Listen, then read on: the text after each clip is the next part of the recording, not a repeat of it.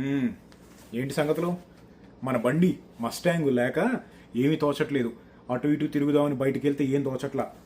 ఇంటి పక్కనే ఉండే వాల్మార్ట్కి నడుచుకుంటూ వెళ్తే ఎంత దూరం వెళ్ళినా రావట్లేదు. అది ఇంటి పక్కన ఉన్న ఎంత అలవాటు అయిపోయి ఉంటుంది కారు. ముఖ్యంగా మనకు మళ్ళీ కారులో ఎటు పడితే అటు తిరుగుతూ ఉండే వాళ్ళకి ఎంతైనా అది లేకపోతే కష్టమే. ఫోర్డ్ వాళ్ళకి రిపేర్ సర్వీస్కి ఇచ్చాను. కొన్ని రోజులు టైం పట్టింది, ఎన్ని రోజుల్లో క్లారిటీ లేదు. పెద్ద ప్రాబ్లమే. ఏజ్ బాబు 10 సంవత్సరాలు అవుతుంది బండి. సర్లే, మనకే కాదు వాటికి కూడా ఏజ్ ఉంటుంది. ఇంకోటి ఏంటంటే, నిన్న నేను దాగే వాటర్ ఫ్లాస్క్ దీని గురించి చెప్పి 10,000 ఉంది ఇండియన్ అమెజాన్లో కొనుక్కోమని చెప్తే రకరకాల కామెంట్లు పెట్టారుగా. మా ఇంట్లో ఇంకో 4-5 వేలు వేసుకుంటే ఫ్రిడ్జే వచ్చిద్ది, 500 రూపాయలకి ఇంకా మంచి ఫ్లాస్క్లు వస్తాయి, కిన్లే వాటర్ బాటిల్ ఉంటుంది, తాగేసిన వాటర్ బాటిల్లో నింపుకోవచ్చు కదా, ఇంట్లో కొన్ని ఉంటుంది కదా. నేను ఏమి కాదన్నాను, అవన్నీ నేను చేసినోడ్నే ఇండియాలో ఉన్నప్పుడు. ఇక్కడ కూడా బయట తిరగకుండా ఇంట్లో ఉంటే దీన్ని వాడాల్సిన అవసరమే రాదు. కానీ మనం రిమోట్ ఏరియాలో తిరగడానికి వెళ్తూ ఉంటాం కదా, అటువంటప్పుడు కారులో వాటర్ బాటిల్స్ ఉంటాయి కానీ అవి వేడెక్కిపోయి ఉంటాయి. ఇప్పుడు బయట 45 సెల్సియస్ ఉందనుకో, కారు లోపల ఇంకో 7-8 ఎక్కువ ఉంటుంది, 50 సెల్సియస్ పక్కనే ఉంటుంది. అటువంటి వాతావరణంలో లోపల ఉన్న వాటర్ తాగలేము. ఒకసారి నాతో పాటు వస్తారా? అప్పుడు తెలిసిద్ది. నేను ఇది తెచ్చుకుంటా, మీరు మామూలు వాటర్ బాటిల్ తెచ్చుకోండి. అదనమాట. సూర్యారావు బాబు నిప్పులు చిందిస్తాడు. ఈ మధ్య ఇంకా కొన్ని కామెంట్లు చూసా, నీ బ్యాక్గ్రౌండ్ ఏది అని చెప్పి. బ్యాక్గ్రౌండ్, ఫ్రంట్ గ్రౌండ్ లాంటివి ఏం లేవు. నిజామాబాద్ డిస్టిక్లో రైతులో మేము. మా డాడీ రైతు, చిన్నప్పటి నుంచి మేము చేసేది అదే. ఇప్పుడు ఇక్కడికి వచ్చి సాఫ్ట్వేర్ జాబ్ చేసుకుంటున్నాం, కానీ మళ్ళీ వెనక్కి వస్తే రైతులే.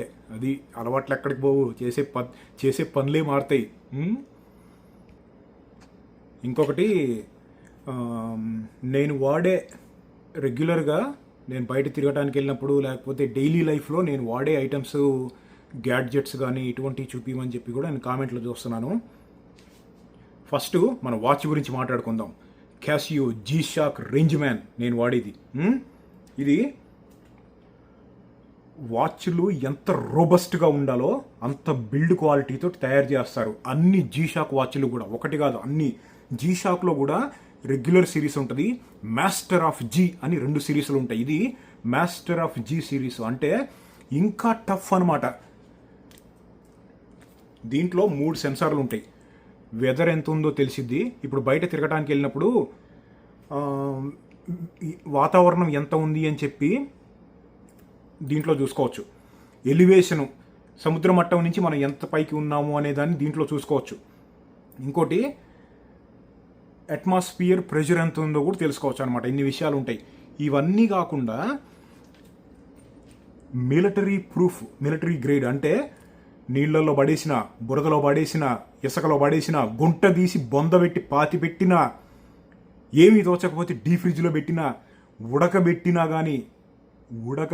కానీ అంత తొందరగా పాడబోవు G-Shock వాచ్లు. ఇది యూఎస్లో $200 అటు ఇటుగా ఉంటుంది, అంటే 16,000. ఇండియాలో డైరెక్ట్గా కొనుక్కోవాలి అనుకుంటే 16, అంతే 17,000-18,000 ఉన్నట్టుంది. మామూలుగా G-Shock వాచ్లు 7,000 నుంచి 6,000, 7,000 రూపాయల నుంచి స్టార్ట్ అవుతాయి అన్నమాట ఇండియాలో. ఇది master of G series, excellent watch అసలు.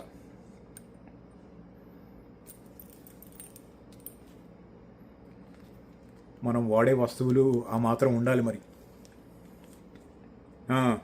ఇంకోటి, సన్ గ్లాసెస్. ఓకే, మీరు మన వీడియోల్లో, మన షార్ట్స్లో చూస్తే నేను వాడే అన్నీ కూడా ఓక్లీ సన్ గ్లాసెస్. ఇవి యూఎస్లో $150, $100, $150, అంటే 8,000, 10,000 స్టార్టింగ్ నుంచి 30,000, 40,000 దాకా కూడా ఉంటాయన్నమాట. కళ్ళజోళ్ళ గురించి ఒక సీక్రెట్ చెప్పమంటారా?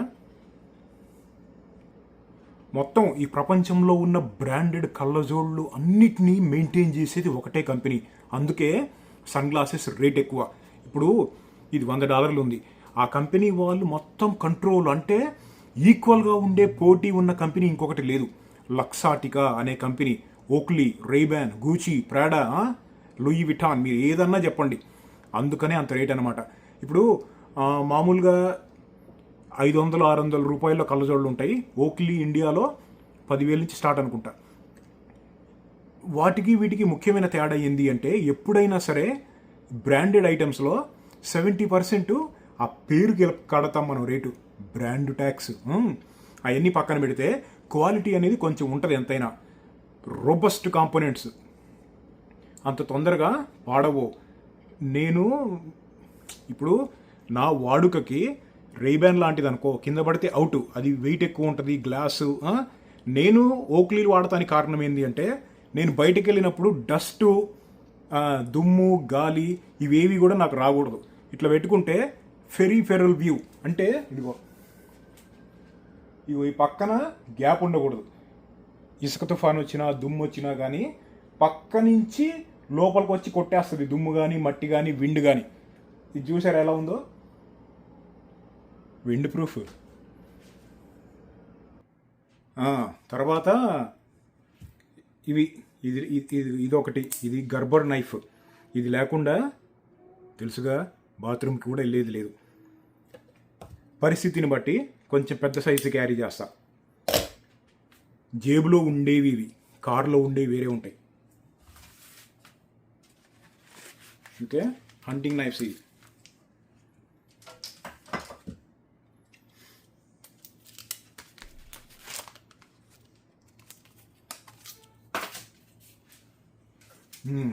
ఇది హంటింగ్ నైఫ్. ఇదొకటి.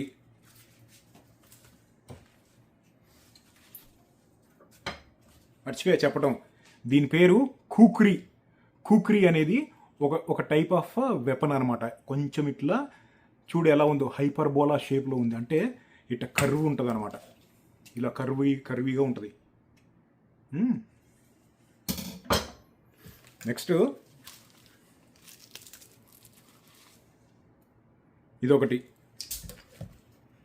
బండి షోరూంలో సర్వీస్కి ఇచ్చినప్పుడు ఏమన్నా ఉన్నాయా అంటే తీసుకెళ్ళిపో అంటే ఇవన్నీ తీసా. ఇవన్నీ ఎందుకున్నారా అన్నాడు. నీకెందుకు అన్నా. అది ఓకే. ఇది కూడా బాగుంటుంది. దీని వాడకం తక్కువ, రోజు వాడేది అక్కడెక్కడ పెట్టుంది, అది మట్టి కొట్టుకుపోయి ఉంది.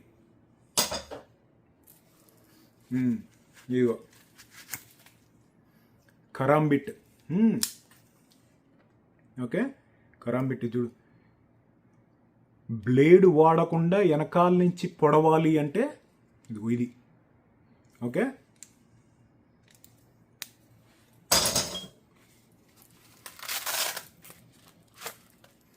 ఇదిగో ఇది కూడా ఒకటి. ఇది కూడా కరాంబిట్.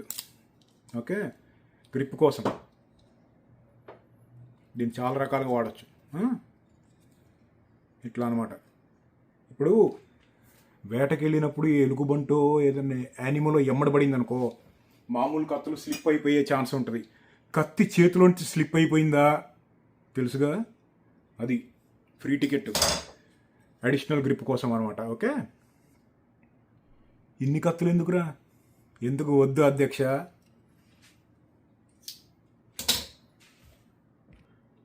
ఇంకా బయటికి వెళ్ళినప్పుడు ముఖ్యంగా నాతో పాటు ఉండేది బాడీ స్ప్రేలు. బాడీ స్ప్రే లేకుండా అసలు బయటికి వెళ్ళేది లేదు. పెర్ఫ్యూమ్ కూడా క్యారీ చేస్తా, కారులో ఎప్పుడూ ఉంటుంది. లెదర్ స్మెల్ ఉంటుంది, పెర్ఫ్యూము మస్తు ఉంటుంది, లెదర్ స్మెల్ ఉన్నది. మీకు ఎవరికన్నా ఇది తెలుసా, యాక్స్లో మ్యూజిక్ ఈ ఎడిషను చాలా రేరు. ఎందుకంటే దీన్ని తయారు చేయటం కంపెనీస్ డిస్కంటిన్యూ చేసేసారు, ఇప్పుడు లేవు. నేను ఎప్పుడో కొన్నా, నాకు ఏదైనా నచ్చితే చాలా కొంటా. అవి తర్వాత ఉంటాయో లేదో అని చెప్పి కొంచెం ఇన్సెక్యూరిటీ, అందుకని కొనేసి పెడతా. నేను అనుకున్నట్టుగానే ఈ యాక్స్ బాటిల్స్ మళ్ళీ ఎప్పుడు అమ్మలేదు. ఎవరి దగ్గర ఉందా యాక్స్ మ్యూజిక్, యాక్స్ వూడు, మస్తు ఉంటాయి. బండిలో మంచి బేస్బాల్ బ్యాట్ కూడా ఒకటి ఉంటుంది, లెస్ లీతల్ వెళ్ళాలి అనుకుంటే అందుకనమాట. నిన్న పెట్టిన చికెన్ వింగ్స్ ఎవరన్నా ట్రై చేశారా?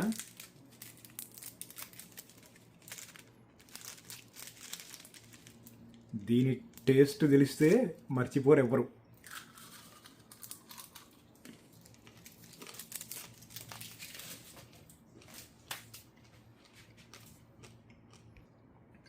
నేను చదివే బుక్కులు కొన్ని చూపించమని చెప్పి కొన్ని రిక్వెస్ట్లు. ఇదిగో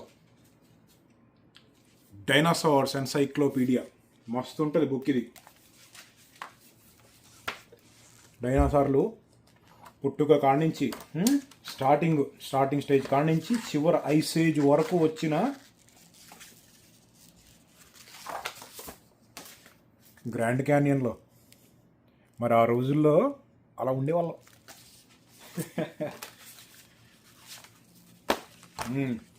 డైనాసార్ ఎన్సైక్లోపీడియా పిల్లలకి చాలా ఇష్టం. పిల్లలకి ఎందుకు అంటున్నాను అంటే, పిల్లలు నేర్చుకుంటే తొందరగా మర్చిపోరు.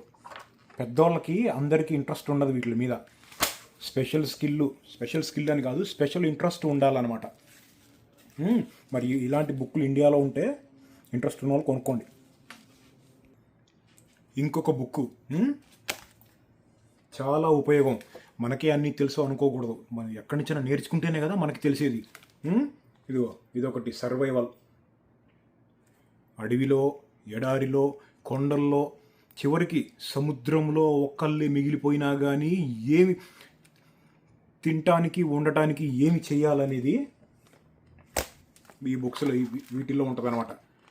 సడన్గా పాము గరిస్తే ఏం చేయాలి, లేకపోతే సడన్గా బాడీలో బుల్లెటో లేకపోతే కత్తితోనో పొడిచారు ఎవరో, బ్లడ్ పోతూ ఉంటుంది, ఏం చేయాలి అంటే వాటర్ తాగాలా వద్దా, కట్టు కట్టాలా వద్దా, ఇటువంటివి అనమాట. షెల్టర్ కట్టాలి అంటే వాటర్ పక్కన కట్టాలా కట్టకూడదా, చెట్టు కింద ఉండాలా ఉండకూడదా, వాన పడేటప్పుడు ఎక్కడ ఉండాలి, ఇటువంటి కొన్ని లక్షలు పుస్తకాల్లో. నాలెడ్జ్ ఈజ్ పవర్ బాబు. ఎంత తాగితే అంత డివైన్.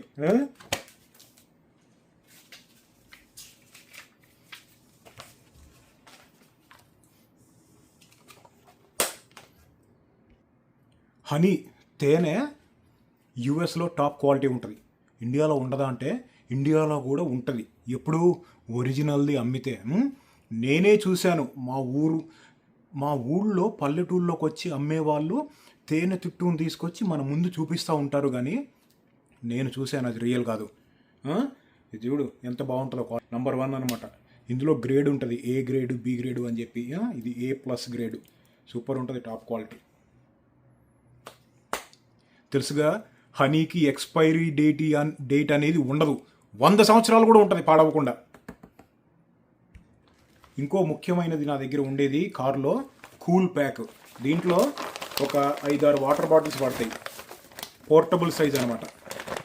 ఈ పైనేమో ఇదిగో కూల్ ప్యాక్స్ వేసేయాలి.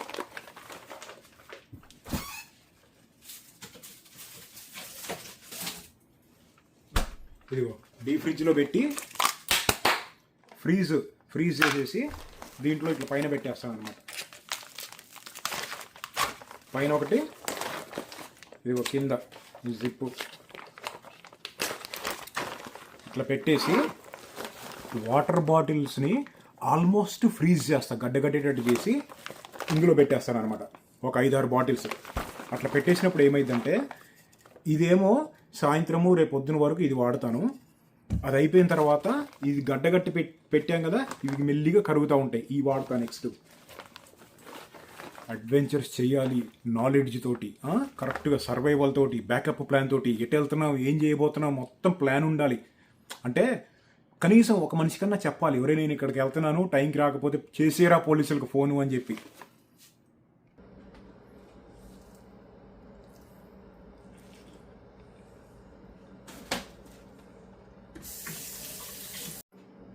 మన బ్యాక్ ప్యాక్లో అయితే ఇంకా ఎక్కువ ఉంటాయి. లోకల్లో అటు ఇటు తిరగడానికి వెళ్ళినప్పుడు బ్యాక్ ప్యాక్ అవసరం లేదు కదా. ట్యాంక్ అది బ్యాక్ ప్యాక్ కాదు, అన్ని సామాన్లు ఉంటాయి అందులో. ఇంతకుముందు ఒక వీడియో పెట్టా, చూసారా మీరు? Extra medical kit, first aid kit, pain killers, extra food, emergency food, ఇలాంటి చాలా ఉంటాయి. బ్యాటరీ ప్యాక్లు. లోకల్లో అయితే ఏం అవసరం లేదు. H1B ఫీజు గురించి మాట్లాడమంటున్నారు కదా, నేను ఒక షార్ట్ చేసే గుర్తుందా? అది ఇప్పుడు అమెరికాలో మామూలుగా యావరేజ్గా ఒక సాఫ్ట్వేర్ జాబ్ చేసే వాళ్ళకి శాలరీ కొన్ని చోట్ల $80,000, కొన్ని చోట్ల $90,50,000, $2,00,000 తీసుకునే వాళ్ళు కూడా ఉంటారు. కానీ ఆ పర్సంటేజ్ తక్కువ. నార్మల్గా యావరేజ్గా $1,00,000 అనుకుందాం, అంతే ఉంటుంది యావరేజ్గా. $1,00,000 అంటే 88 లక్షలు.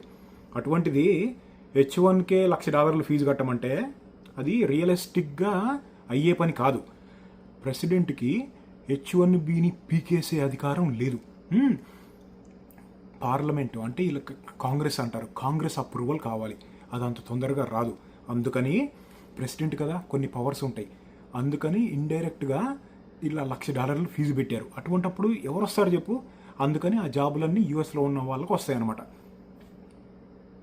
నిన్న కనుక నేను చెప్పినట్టు మన ఇంట్లో ఉన్న అతన్ని రెంట్కి ఇస్తే ఈరోజు నెలకి 1,00,000, ఇప్పుడు మాత్రం ₹1,00,00,000 చేశాను అనుకో, నేను వెళ్ళిపోమని అనలేదు, ₹1,00,00,000 చేశాను రెంటు, వెళ్ళిపోతాడు కదా, అదనమాట.